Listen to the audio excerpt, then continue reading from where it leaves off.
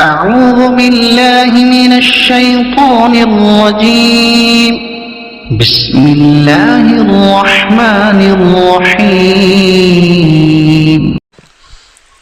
الحمد لله نحمده ونستعينه ونستغفره ونؤمن به ونتوكل عليه ونعوذ بالله من شرور أنفسنا ومن سيئات أعمالنا من يهده الله فلا مضل له ومن يضلله فلا هادي له ونشهد أن لا إله إلا الله وحده لا شريك له ونشهد أن سيدنا وسندنا وحبيبنا ونبينا ومولانا محمدا عبده ورسوله وصلى الله تعالى على خير خلقه محمد وعلى آله وأصحابه أجمعين أما بعد فأعوذ بالله من الشيطان الرجيم بسم الله الرحمن الرحيم سبحان الذي أسرى بعبده ليلا من المسجد الحرام إلى المسجد الأقصى الذي باركنا حوله لنريه من آياتنا إنه هو السميع البصير صدق الله العظيم وصدق رسوله النبي الكريم ونحن على ذلك لمن الشاهدين والشاكرين والحمد لله رب العالمين.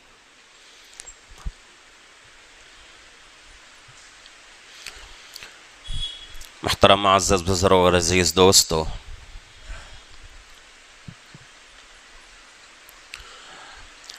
فلسطین کے بارے میں اور بیت المقدس اور یہودیوں کی تاریخ کے تعلق سے بات چل رہی ہے۔ گزشتہ جمعہ میں یہودیوں کی تاریخ کے تعلق سے کچھ باتیں ہمارے سامنے آئی تھیں کہ یہودی قوم کہاں سے شروع ہوتی ہے اور ان کے باپ دادا کا نام کیا تھا، اور اللہ رب العزت نے اس قوم کو کیسے کیسے انعامات سے نوازا، اور پھر ان کے اوپر دنیا میں کیسے کیسے عذابات نازل ہوئے۔ تو تمام باتیں جو ہے پیچھے جمعہ کے اندر گزر چکی ہیں۔ بات یہودیوں کی تاریخ چلتی ہوئی، بیت المقدس کے بارے میں بات چلتی ہوئی، حضرت عمر فاروق رضی اللہ عنہ کے زمانے تک پہنچی تھی۔ حضرت عمر فاروق رضی اللہ عنہ سے پہلے ایک بادشاہ کا ذکر گزرا تھا، تیتس رومی بادشاہ، روم کا بہت بڑا بادشاہ تھا اور مذہباً عیسائی تھا۔ تو اس نے یہودیوں کے اوپر بہت بڑا ظلم کیا، اتنا ظلم کیا کہ پورا جو ہے بیت المقدس کو اس نے جو ہے ختم کر دیا، اور ہیکل سلیمانی، جس کو یہودی یہ کہتے ہیں کہ بھئی یہ ہیکل سلیمانی حضرت سلیمان علیہ السلام کا محراب ہے، حضرت سلیمان علیہ السلام نے بنایا ہے، اور اسی ہیکل سلیمانی کو یہ لوگ جو ہے مرجع اور منبع بنا کر آج اتنا زیادہ مسلمانوں پر ظلم کر رہے ہیں۔ اس کو جو ہے تیتس رومی بادشاہ نے جڑ سے اکھاڑ کر پھینک دیا، اور ایسا جو ہے اس نے ظلم کیا کہ یہودیوں کی ہوش جو ہے ٹھکانے آ چکی تھی۔ اور کہا جاتا ہے، تاریخ میں لکھا ہوا ہے کہ ایک دن میں اس نے 70,000 یہودیوں کو قتل کیا، اور 70,000 یہودیوں کو قیدی بنا کر اس نے روم لے کر چلا گیا۔ اور یہ ہوتے ہوتے، اور یہ بھی بات جو ہے ہمارے سامنے گزری تھی کہ بیت المقدس جو ہے تینوں مذہبوں کے سامنے، تینوں مذہبوں کے لیے یکساں جو ہے فضیلت رکھتی ہے، چاہے وہ یہودی ہوں، چاہے عیسائی ہوں، چاہے مسلمان ہوں۔ تینوں مذہبوں کے لیے بیت المقدس جو ہے یکساں حیثیت رکھتا ہے۔ مسلمان بھی اس کو جو ہے اپنا جو ہے مرجع اور منبع سمجھتے ہیں، یہودی بھی اور عیسائی بھی اس کو جو ہے اپنی جو ہے علامت سمجھتے ہیں۔ مسلمان کیوں سمجھتے ہیں؟ ہمارے جو ہے ذہنوں میں بات آ سکتی ہے کہ بھئی آج ہمارا منبع اور ہمارا مرجع جو ہے بیت اللہ شریف ہے، خانہ کعبہ ہے، لیکن بیت المقدس ہمارا جو ہے منبع اور ہمارا جو ہے مرجع کیسے ہو سکتا ہے؟ تو اس کی وجہ یہ ہے کہ اللہ کے نبی پاک صلی اللہ علیہ وسلم مکۃ المکرمہ سے مدینۃ المنورہ ہجرت کر کے تشریف لائے، تو اس وقت تفسیر کے اندر جو ہے یہ بات گزر چکی ہے کہ جو لوگ تفسیر میں شریک ہوتے ہیں ان لوگوں کو جو ہے بات جو ہے سمجھ میں آ جائے گی، یاد آ جائے گا کہ پہلا پارہ جب شروع ہوا تھا، دوسرا پارہ جب شروع ہوا تھا تو دوسرے پارے کے پہلے صفحے کے اندر قبلے کے بدلنے کا حکم آتا ہے۔ اللہ رب العزت نے مدینہ منورہ کو ہجرت کر کے اللہ کے نبی پاک صلی اللہ علیہ وسلم اور حضرات صحابہ آ گئے، تو اس وقت اللہ حکم دے رہے ہیں کہ اب جو ہے آپ لوگ بیت اللہ کے بجائے مسجد اقصیٰ کی طرف رخ کر کے نماز پڑھو۔ یہ جو ہے وہاں جو ہے جا کر قبلہ مسلمانوں کا بدل گیا، اور کتنے دنوں کے لیے؟ تقریباً جو ہے 16 یا 17 مہینوں کے لیے قبلہ مسلمانوں کا بدلتا ہے۔ 16 یا 17 مہینے مسلمان مدینہ منورہ کی طرف رخ کر کے نماز پڑھتے ہیں، تو اس وجہ سے یہ مسلمانوں کا قبلہ اول ہے۔ تو اس طریقے سے تینوں مذہبوں کے لیے یہ بیت المقدس مسجد اقصیٰ یکساں حیثیت رکھتا ہے اور فضیلت تینوں مذہبوں کے پاس ہے۔ تو تیتس رومی جو تھا وہ عیسائی تھا، اس نے بہت بڑا ظلم کیا، یہودیوں کو قتل کیا، اور یہودیوں کو اس نے جو ہے قیدی بنا کر روم لے کر چلا گیا، اور اس کے بعد سے حضرت عمر فاروق رضی اللہ عنہ کے زمانے تک بیت المقدس عیسائیوں کے قبضے میں تھا۔ حضرت عمر فاروق رضی اللہ عنہ کے زمانے میں حضرت ابو عبیدہ ابن الجراح رضی اللہ عنہ اور کچھ صحابہ کی جو ہے جماعت وہاں پہنچتی ہے جنگ کے ارادے سے مسجد اقصیٰ کو فتح کرنے کے لیے، بیت المقدس فلسطین کو فتح کرنے کے لیے۔ تو مسلمان یہ چاہتے ہیں کہ بیت المقدس فتح تو ہو جائے، لیکن شہر میں قتل و قتال نہ ہو، جنگ نہ ہو، کسی کا کوئی نقصان نہ ہو، ایسی کوئی صورت نکل جائے تو بہتر ہے۔ تو عیسائی جو ہے شرط لگاتے ہیں کہ حضرت عمر فاروق رضی اللہ عنہ چونکہ مسلمانوں کے امیر ہیں، خلیفہ ہیں، اگر وہ آ کر ہمارے اس دستاویز پر دستخط کریں گے تو ہم بیت المقدس آپ کے حوالے کر دیں گے۔ تو رجب کا مہینہ تھا، تو حضرت عمر فاروق رضی اللہ عنہ اس ایک دستخط کرنے کے لیے مدینے سے لے کر فلسطین کا سفر کرتے ہیں۔ اتنا لمبا سفر صرف ایک دستخط کے لیے۔ تاریخ میں لکھا ہوا ہے کہ حضرت عمر فاروق رضی اللہ عنہ فلسطین کے لیے روانہ ہوتے ہیں۔ مقام جاویہ ایک مقام کا نام ہے، ایک علاقے کا نام ہے، وہاں پہنچتے ہیں تو اسلامی لشکر، حضرات صحابہ، مسلمان سب جو ہے حضرت عمر فاروق رضی اللہ عنہ کے استقبال میں پہلے سے وہاں تیار رہتے ہیں، اور عیسائی بھی وہاں آتے ہیں، اور دونوں طرف سے عہد و پیمان ہوتا ہے، دستخطیں ہوتی ہیں، اگریمنٹ ہو جاتا ہے۔ تو اتنے جو ہے امن اور سلامتی کے ساتھ مسلمان جو ہے بیت المقدس اپنے ہاتھ میں لیتے ہیں۔ کوئی جنگ نہیں، کوئی لڑائی نہیں، کوئی جو ہے کسی کو مارنا توڑنا نہیں، بلکہ عہد و پیمان کے ساتھ، صلح کے ساتھ اور سلامتی کے ساتھ حضرت عمر فاروق رضی اللہ عنہ اور اس زمانے میں صحابہ بیت المقدس فتح کر لیتے ہیں۔ اس کے بعد سے تقریباً جو ہے تاریخ میں لکھا ہوا ہے کہ 500 سال یا 500 سال سے بھی زیادہ زمانے تک بیت المقدس مسلمانوں کے قبضے میں تھا۔ اور کیسے تھا کہ بیت المقدس میں ہر آدمی کو آنے کی اجازت، عبادت کرنے کا پورا اختیار۔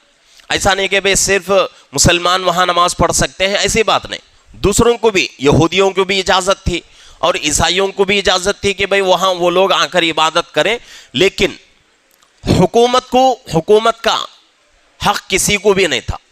حکومت کون کرے گا؟ صرف مسلمان کرے گا. عبادتیں تینوں قومیں کریں گی، اپنی اپنی عبادتیں تینوں قومیں جو ہے آزاد طریقے سے کریں گی، مسلمان بھی، عیسائی بھی، یہودی بھی. تو یہ جو ہے ہوتے ہوتے 500 سال کا زمانہ گزرتا ہے. گزرنے کے بعد پھر عیسائی کیا کرتے ہیں؟ وہ زمانہ آتا ہے کہ عیسائی فلسطین میں گھستے ہیں، گھس کر پورا ظلم و جبر کرتے ہیں، یہاں تک کہ انگریز مورخ اپنی کتابوں میں لکھتے ہیں کہ اس زمانے میں مسلمانوں کے اوپر عیسائیوں نے جو ظلم کیا تھا. یہاں جو ہے سوچنے کی ضرورت ہے. پہلے سے بھی جو ہے میں بات عرض کر رہا ہوں کہ بیت المقدس کی لڑائی میں دشمن کون ہے آپس میں؟ مسلمان یہودی نہیں، مسلمان عیسائی نہیں. یہودی اور عیسائی یہ دونوں آپس میں دشمن. مسلمان کا کچھ بھی جو ہے اس میں رول نہیں. نہ ہی مسلمان یہودیوں کا دشمن، نہ ہی مسلمان عیسائیوں کا دشمن.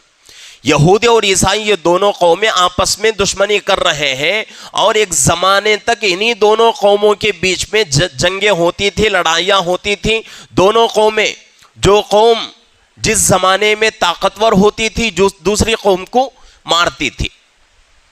کب تک چلا؟ حضرت عمر فاروق رضی اللہ عنہ کے زمانے تک.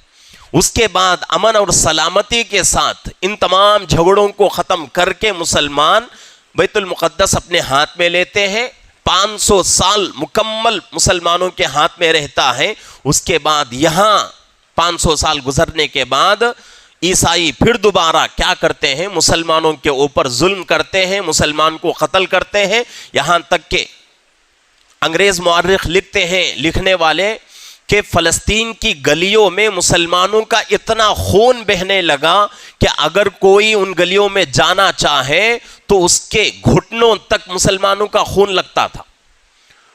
اتنا زیادہ جو ہے قتل عام ہوا مسلمانوں کا.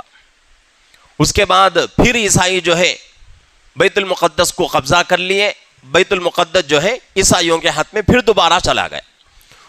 اس زمانے میں حالانکہ عیسائی جو ہے اتنی جو ہے لڑائیاں، اتنا جو ہے جنگ کر رہے ہیں بیت المقدس کے لیے، اور ان کے ہاتھ میں جب چلا جاتا ہے یہودیوں کو بھی وہ لوگ جو ہے وہاں سے بھگا دیتے ہیں.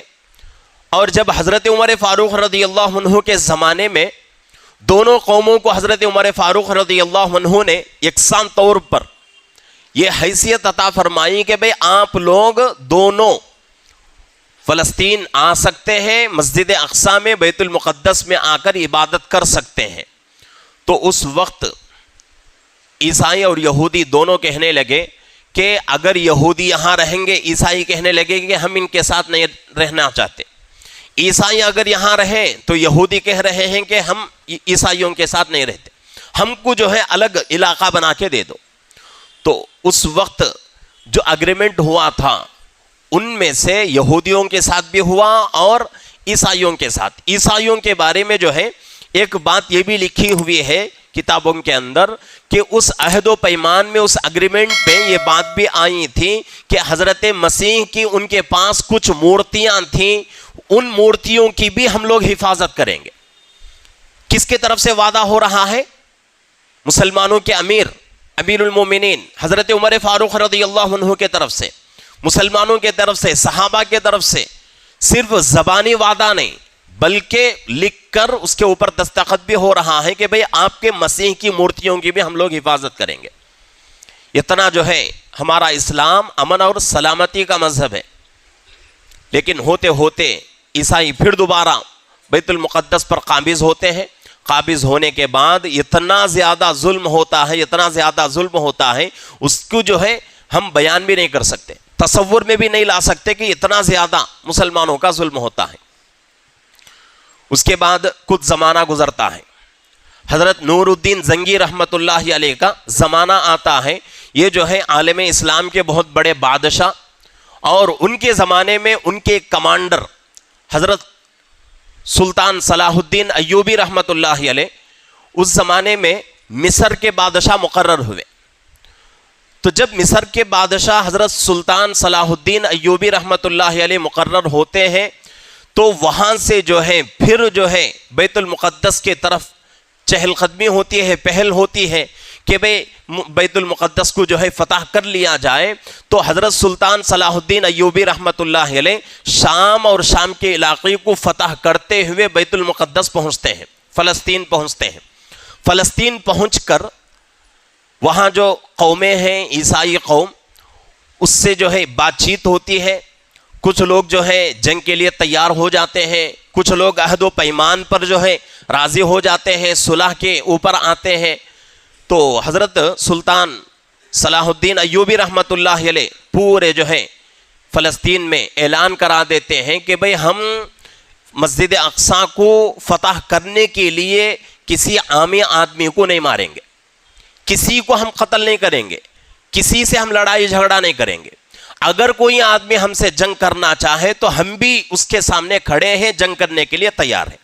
اگر آپ لوگ جنگ نہیں کرنا چاہتے تو ہم بھی جنگ نہیں کریں گے، ہم بھی جو ہے آپ سے لڑائی جھگڑا نہیں کریں گے اور سب کے ساتھ برابری کا معاملہ ہوگا. یہ جو ہے باتیں طے ہو کر جنگ بھی ہوتی ہے. عیسائی لوگ آتے ہیں ہٹ دھرمی میں آ کر مسلمانوں کے سامنے کھڑے ہو جاتے ہیں تو جنگ ہوتی ہے. لیکن حضرت سلطان صلاح الدین ایوبی رحمۃ اللہ علیہ کی طرف سے پہلے اعلان ہو جاتا ہے کہ بھئی ہم جنگ کرنے کے لیے نہیں آئے ہیں، اگر آپ لوگ جنگ کرنے کے لیے تیار ہیں تو ہم بھی تیار. اس کے بعد پھر دوبارہ جو ہے بیت المقدس اور فلسطین پورا جو ہے مسلمانوں کے قبضے میں آتا ہے. کچھ زمانہ گزرتا ہے، اب جو ہے یہودیوں کی جو ہے وہاں حکومت چل رہی ہے اور تقریباً جو ہے خلافت عثمانیہ کا دور ایک دم جو ہے ختم پر تھا. ترکی جو ہے جس کے بارے میں تقریباً جو ہے 1-1.5 سال پہلے میں نے جو ہے مدارس اور دین کے علم کے اوپر ترکی کی ایک تاریخ آپ حضرات کے سامنے عرض کر دی ہے کہ ترکی میں اس وقت حضرت عبد الحمید ایک جو ہے بادشاہ تھے، ان کا جو ہے زمانہ تھا اور خلافت عثمانیہ کا آخری دور تھا. تو اس زمانے میں پورے جو ہے یہودی حضرت عبد الحمید رحمۃ اللہ علیہ کے پاس آتے ہیں، یہ مسلمانوں کے امیر ہیں اور اس وقت خلافت عثمانیہ پوری دنیا کی سپر پاور طاقت تھی. جیسا کہ آج پوری دنیا کے لیے امریکہ جو ہے سپر پاور طاقت ہے اور یہ حکومتیں اور یہ طاقتیں جو ہیں کبھی کسی حکومت کو اللہ زوال عطا کرتے ہیں، کبھی کسی حکومت کو اللہ جو ہے بڑھا دیتے ہیں. تو یہ دنیا میں ہوتا رہتا ہے. جیسا کہ اللہ کے نبی پاک صلی اللہ علیہ وسلم کا زمانہ تھا تو اس وقت کوئی دوسری حکومت نہیں، لیکن اللہ کے نبی پاک صلی اللہ علیہ وسلم کے زمانے کے بعد خلافت راشدہ بنتی ہے. یعنی کہ چاروں خلفاء حضرت ابو بکر، حضرت عمر، حضرت عثمان، حضرت علی رضی اللہ عنہم اجمعین، ان چاروں کو جو ہے خلفائے راشدہ کہا جاتا ہے. ان کا زمانہ آتا ہے. ان کے زمانے کے بعد خلافت بنو امیہ شروع ہوتی ہے، وہ کچھ سال چلتی ہے. اس کے بعد خلافت بنو عباسیہ شروع ہوتی ہے. خلافت بنو عباسیہ بھی کچھ سال چلتی ہے. تو اس کے بعد خلافت فاطمی آتی ہے. اس کا جو ہے کتابوں میں زیادہ تر جو ہے ذکر نہیں ہوتا، بہت کم وقت کے لیے یہ خلافت چلتی ہے خلافت فاطمی کے نام سے. اس کے بعد خلافت عثمانیہ بنتی ہے. خلافت عثمانیہ کہتے ہی بہت سارے لوگوں کے ذہنوں میں بات آتی ہے کہ بھئی حضرت عثمان غنی رضی اللہ عنہ کا یہ جو ہے زمانہ ہے. نہیں، اس زمانے میں ایک آدمی تھے جن کا نام عثمان تھا. انہوں نے وہ جو ہے حکومت شروع کی تو اس کو جو ہے ان کے طرف نسبت کرتے ہوئے خلافت بنو عثمانیہ کہا جاتا ہے. تو وہ زمانے میں خلافت بنو عثمانیہ پوری دنیا کی سپر پاور طاقت تھی. پورا عرب اس کے جو ہے کنٹرول میں، پورا عجم اس کے کنٹرول میں، پوری دنیا جو ہے اس کے ماتحت تھی. اور اس سے جو ہے خلافت کے اس حکومت کے جو بادشاہ تھے، ایسے اللہ والے گزرے ہیں، ایسے جو ہے خدا ترس اور اللہ کا ڈر رکھنے والے بادشاہ گزرے ہیں کہ ان کے سامنے دشمن طاقتیں کھڑے ہونے کی بھی طاقت نہیں رکھتی تھی. ایسے جو ہے بادشاہ، ایسے اللہ والے جو ہے گزرے ہیں. تو خلافت بنو عثمان جو تھا، خلافت تھی، وہ آخری دور تھا. حضرت عبد الحمید رحمۃ اللہ علیہ مصر کے اس وقت جو ہے بادشاہ تھے. اس وقت جو ہے ترکی کے بادشاہ تھے، آخری بادشاہ ان کے بارے میں کہا جاتا ہے. تو ان کے زمانے میں یہودی لوگ جاتے ہیں، جا کر کہتے ہیں کہ بادشاہ سلامت ہم لوگوں کے لیے فلسطین میں کچھ جگہ دے دیں، ہم لوگ کیا کریں گے، وہاں زندگی گزاریں گے. اب یہاں سمجھنے کی ضرورت ہے کہ خلافت بنو عثمانیہ تک یہودیوں کی پوری دنیا میں کوئی الگ جو ہے کنٹری نہیں تھی، کوئی الگ جو ہے ریاست نہیں تھی. یہ لوگ در در کی ٹھوکریں کھاتے ہوئے، دوسروں کے جو ہے پناہ میں رہتے ہوئے زندگی گزارتے تھے، دوسروں کے جو ہے ماتحت رہ کر زندگی گزارتے تھے. خلافت بنو عثمان کے زمانے میں یہ جو ہے ترک کے بادشاہ کے پاس آتے ہیں، درخواست کرتے ہیں کہ بھئی ہمیں جو ہے کیا کرو، فلسطین میں کچھ جگہ دے دو. لیکن حضرت عبد الحمید رحمۃ اللہ علیہ اس وقت کے بادشاہ تھے، انہوں نے کہا کہ بھئی آپ کو ہرگز میں فلسطین میں رہنے کی اجازت نہیں دوں گا، آپ کو بالکل اجازت نہیں ہے. آپ فلسطین کے علاوہ جہاں چاہیں رہ لیں، لیکن فلسطین میں آپ کو رہنے کی اجازت نہیں. تو اس کے بعد وہ جماعت جو ہے مایوس ہو کر آتی ہے. دوسرا سال آتا ہے، ایک سال کے بعد دوسرے سال پھر یہی جماعت بادشاہ کے پاس پہنچتی ہے، اور اس بار بہت پیسے، بہت زیادہ جو ہے ڈالر وغیرہ لے کر یہ لوگ جو ہے کیا کہتے ہیں، رشوت لے کر بادشاہ کی خدمت میں پہنچتے ہیں. لیکن بادشاہ اس وقت بھی کچھ بھی جو ہے اس کا جواب نہیں دیتے، کہتے ہیں کہ بھئی آپ جو ہے ہمارے ملک سے نکل جاؤ، آپ کو بالکل اجازت نہیں ہے فلسطین میں رہنے کی. اس کے بعد تیسرے سال کی تاریخ میں لکھا ہوا ہے کہ تیسرا سال ایسا تھا ان کا کہ اس زمانے میں پورا جو ہے خلافت بنو عثمان جو ہے ایک دم ختم ہونے والا تھا، اور اس جو ہے حکومت کے اوپر اس جو ہے ان جو ہے بادشاہوں کے اوپر قرضہ اتنا زیادہ ہو چکا کہ وہ لوگ قرضہ چکانے کے قابل نہیں تھے. اب یہودیوں کے پاس پہلے سے پیسہ بہت زیادہ ہے، تو یہ لوگ گئے، جا کر کہنے لگے کہ آپ کا قرضہ ہم پورا کر دیں گے اور آپ کی تمام پریشانیاں ہم ختم کر دیں گے، لیکن آپ کیا کرو، ہمیں فلسطین میں رہنے کے لیے جگہ دے دو. تو اس جو ہے خدا ترس بادشاہ کو جو ہے اللہ جزا خیر عطا فرمائے، اتنی زیادہ تنگی کے عالم میں بھی کہتے ہیں کہ بھئی آپ لوگوں کا ارادہ مجھے معلوم ہے، اب آج ہم جو ہے پریشانی میں ہیں، آپ لوگ جو ہے ہمارے بہت زیادہ محسن بن کے آ رہے ہو اور آگے کہہ رہے ہو کہ بھئی ہم آپ کا جو ہے قرضہ اتار دیں گے، آپ کو جو ہے پورا ہم جو ہے سپورٹ کریں گے، پوری مدد کریں گے، لیکن رہنے کے لیے جگہ دے دو. اگر جگہ دے دیا تو کل آپ لوگ جو ہے ہمارے اوپر ہی حکومت کرو گے، اس لیے ہم جو ہے آپ کو جگہ نہیں دیتے. اگر ہماری حکومت ختم ہوتی ہے تو ہونے دو، جب تک میرے بدن میں جان باقی ہے تب تک آپ لوگوں کو میں فلسطین میں آنے کی بالکل اجازت نہیں دوں گا. اگر تم لوگ فلسطین میں اگر آ گئے، رہنا شروع کر لیے، تو میں کیا کروں گا، میری تلوار سے میری گردن اڑا لوں گا. تو اس جو ہے ترک کے بادشاہ کا یہ جو ہے کلمات تھے. تو اب یہاں سے جو ہے یہودی قوم بہت مایوس ہو جاتی ہے کہ بھئی کسی نہ کسی طریقے سے وہاں جو ہے ہر حال میں پہنچنا ہے. تو اس زمانے میں دنیا کی سب سے بڑی جنگ شروع ہوتی ہے جرمنی اور یورپ کے درمیان.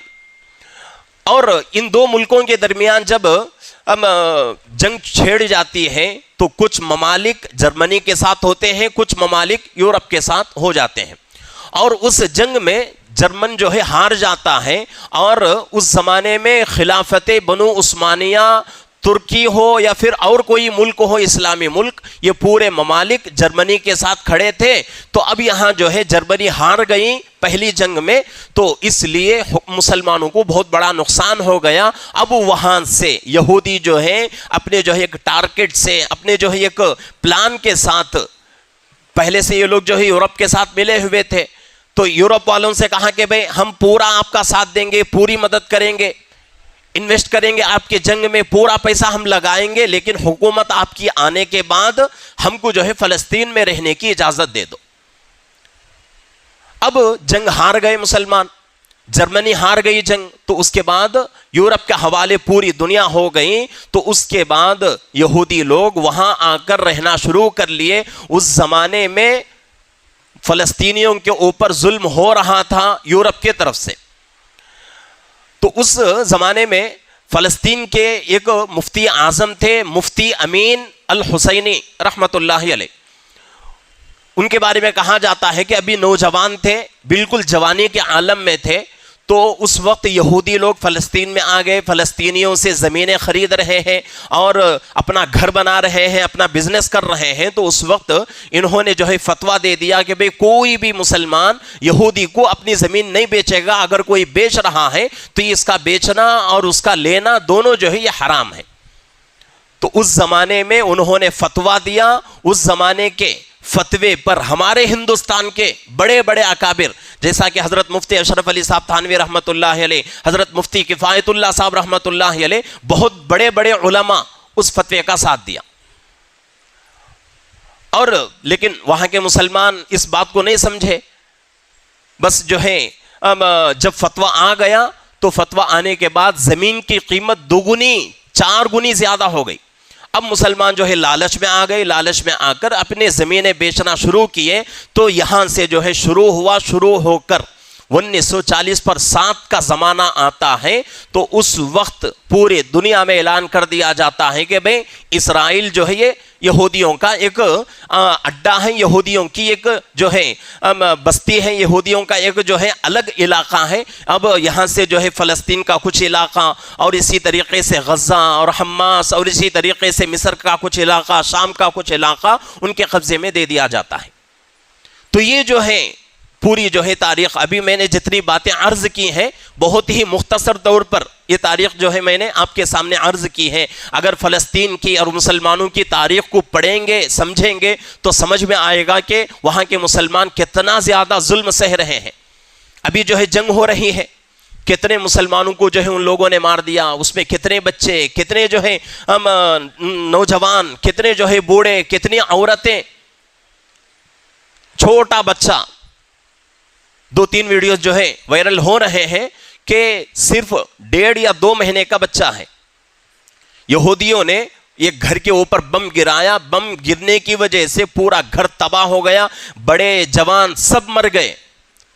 1.5 مہینہ کا بچہ یا 2 مہینے کا بچہ اللہ نے اس کو سلامتی کے ساتھ رکھا، اب وہ بچے کا کیا بنے گا؟ 1.5-2 مہینے کا بچہ جس کا باپ بھی دنیا سے چلا گیا، ماں بھی چلی گئی، بھائی بہن چچا چچی سب جو ہے خاندان پورا تہس نہس ہو گیا، اکیلا بچہ بچا ہوا ہے زمین پر۔